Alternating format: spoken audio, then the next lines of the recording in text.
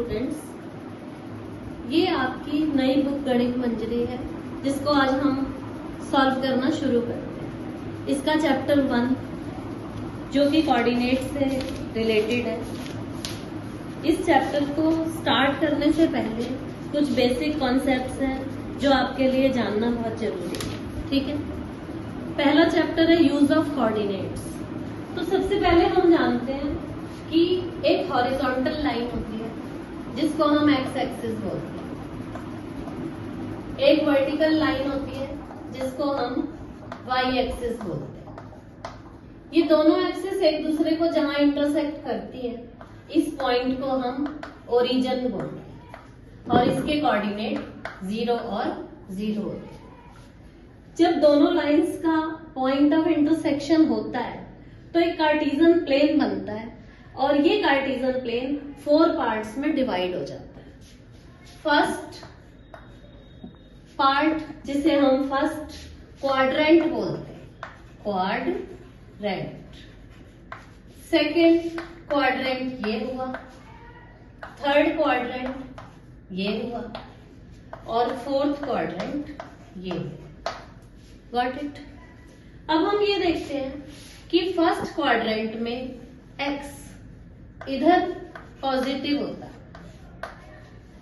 x इधर negative होता है, y इधर पॉजिटिव है और इधर y नेगेटिव। तो अगर हम फर्स्ट क्वाड्रेंट में जाएं तो ये भी पॉजिटिव है, ये भी पॉजिटिव है, यानी यहां पर x और y दोनों ही पॉजिटिव होते हैं। सेकेंड क्वाड्रेंट में अगर आप देखें तो y पॉजिटिव दिखता है लेकिन x नेगेटिव, तो x नेगेटिव और y पॉजिटिव होता है।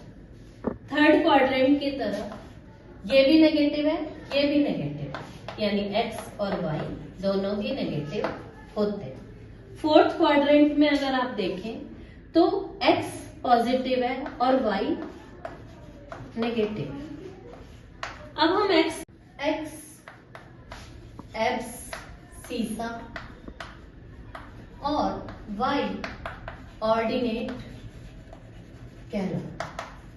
और किसी भी पॉइंट को लोकेट करने के लिए x और y कोऑर्डिनेट जब ये ज्वाइन हो जाते हैं और एक स्मॉल ब्रैकेट में लिख दिए जाते हैं तो ये मिलके क्या कहलाते हैं? कोऑर्डिनेट। क्लियर? अब हम देखते हैं कि किसी भी पॉइंट को लोकेट करना हो तो मुझे x और y दोनों की जरूरत है। मान लीजिए कि कोई एक बच्चा यहाँ खड़ा है तो मुझे उसको डिस्क्राइब करने के लिए बताना पड़ेगा कि वो ओरिजिन से कितने स्टेप आगे खड़ा है और कितने स्टेप ऊपर है।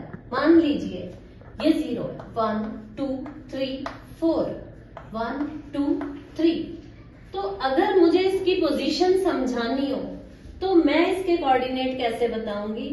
एक्स एक्सिस में हम इस तरह से मूव करते हैं और वाई में अप और डाउन मूव करते हैं। तो इस तरह से मान लीजिए ये कोई बॉय बी है तो इसकी लोकेशन हम लिखते हैं 4 एंड 3। तो हमने कॉन्सेप्ट 1 पे मान लीजिए काम किया। अब कॉन्सेप्ट 2 है कि अगर पॉइंट एक की बजाय 2 हो हमारे पास, मान लीजिए कोई पॉइंट ए हो, कोई पॉइंट बी हो। ए के कोऑर्डिनेट x1 y1 हो और बी के कोऑर्डिनेट x2 y2 हो। तो इन दोनों पॉइंट्स के बीच की डिस्टेंस कैसे फाइंड करें?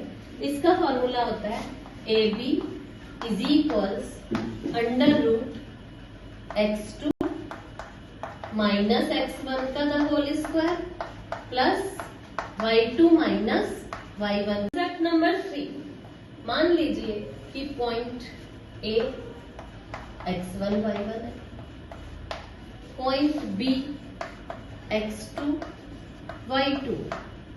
तो पॉइंट A और B का मिड पॉइंट मान लीजिए कोई पॉइंट P है। तो P के कोऑर्डिनेट्स कैसे निकलेंगे? x1 plus x2 upon 2, y1 plus y2 upon 2। Concept number 4 की बात करते हैं। मान लीजिए कि कोई पॉइंट ए है कोई पॉइंट बी है, x2 y2, ए के कोऑर्डिनेट x1 y1।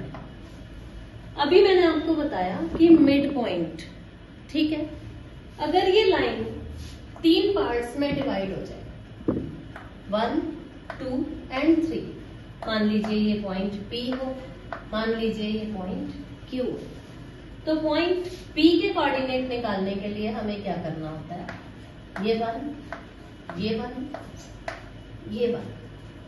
तो P के कोऑर्डिनेट लिखते हैं हम 1 मल्टीप्लाई x2 प्लस P में 2 पार्ट इधर गए तो 1 और 1 2 multiply x1 upon 1 plus 2, 1 multiply y2, 2 multiply y1 upon 1 plus 2। Clear? अब पॉइंट Q के कोऑर्डिनेट्स अगर आपको निकालने तो आप देखिए 2 पार्ट्स आगे आ रहे हैं, एक पार्ट पीछे जा रहा है, तो हम लिखेंगे 2 multiply x2 plus 1 multiply x1 upon 2 plus 1, 2 multiply y2, 1 multiply y1 upon 2 plus